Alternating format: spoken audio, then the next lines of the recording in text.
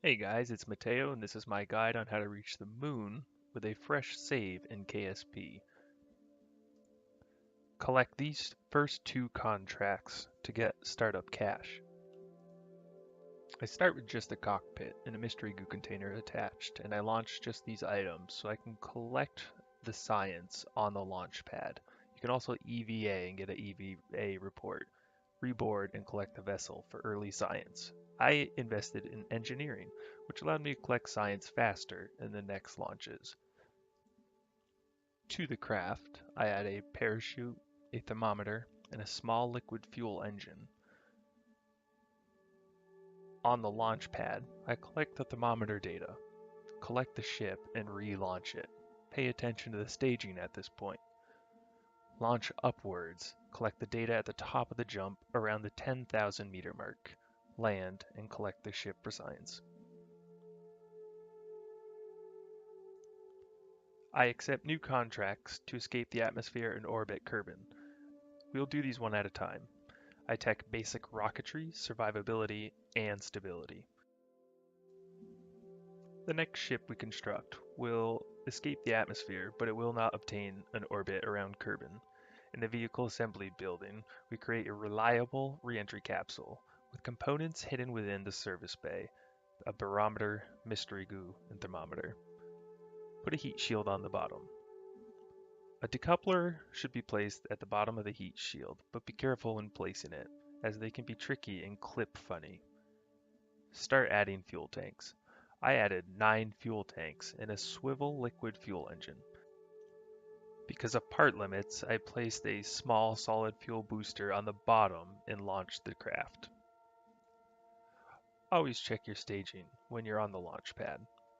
Launch the rocket, and at the 10,000 meter mark, tilt it for 60 degrees and push for an apoapsis of 70,000 to 100,000 meters.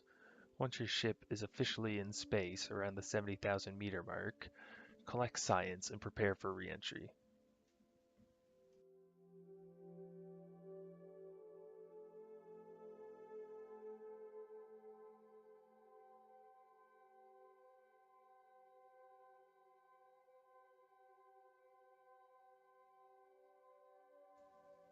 Tech general rocketry and upgrade your vehicle assembly building and upgrade the launch pad.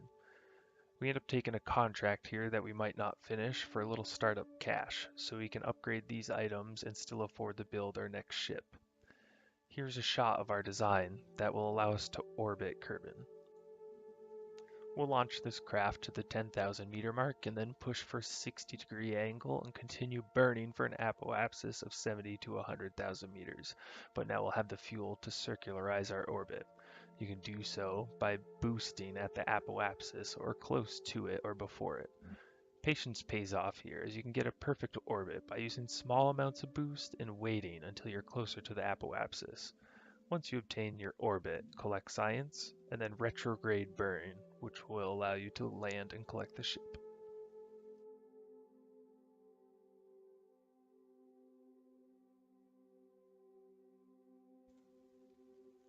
Research advanced rocketry. This will allow us to have our first moon flyby.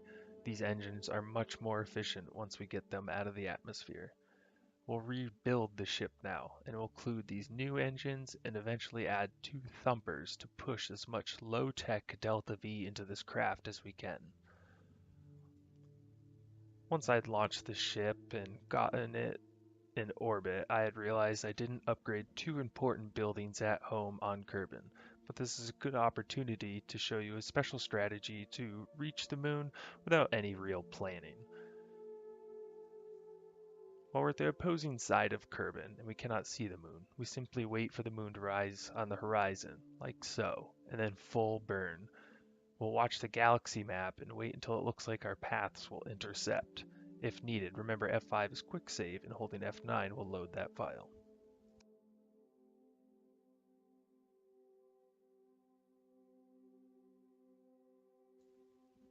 I get a close encounter with the moon as planned. It's actually too close, but easily correctable. At the periapsis, I burn retrograde and it circularizes my orbit. At this point, I collect science. When I'm ready to leave, I push the apoapsis in the wake of the moon, like so. until I leave the sphere of influence of the moon itself and I return to circling Kerbin. Then I point myself retrograde again and burn until I'll intercept with Kerbin itself. I normally get it to around the 30,000 meter mark and let the drag of the planet slow my ship down.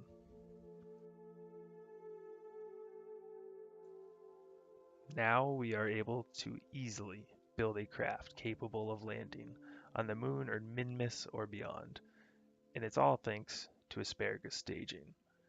We will research fuel systems for fuel lines and also take general construction for the struts. Upgrade the tracking station and mission control so you can plan your routes. I took a contract for science data from the surface of the moon also.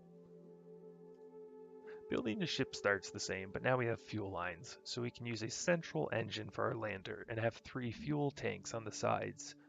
They will be our landing legs and supply the fuel to the center. It'll be efficient and a lot of delta V that'll allow us to land on the moon and get home.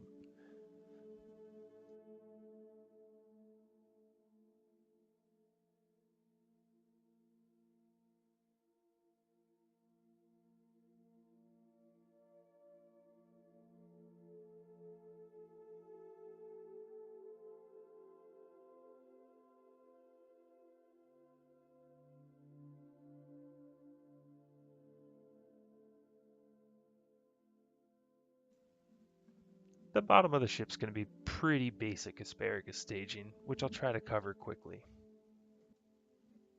I placed 3 tanks in the center with a swivel engine on the bottom, 6 decouplers on the side of that. Each decoupler has 2 long tanks and a swivel engine. We'll put the fuel lines on one at a time. Here's the pattern that I follow, and it allows the system to work. Pause if you need. Then we set up the staging. The first 2 tank engine setups have to have their own control group and be released at the same time, and then the second set will be released, and then the third set. Here's what my staging looks like right before launch. Thank you for taking the time to watch my video. If you have any further questions, please ask in the comments.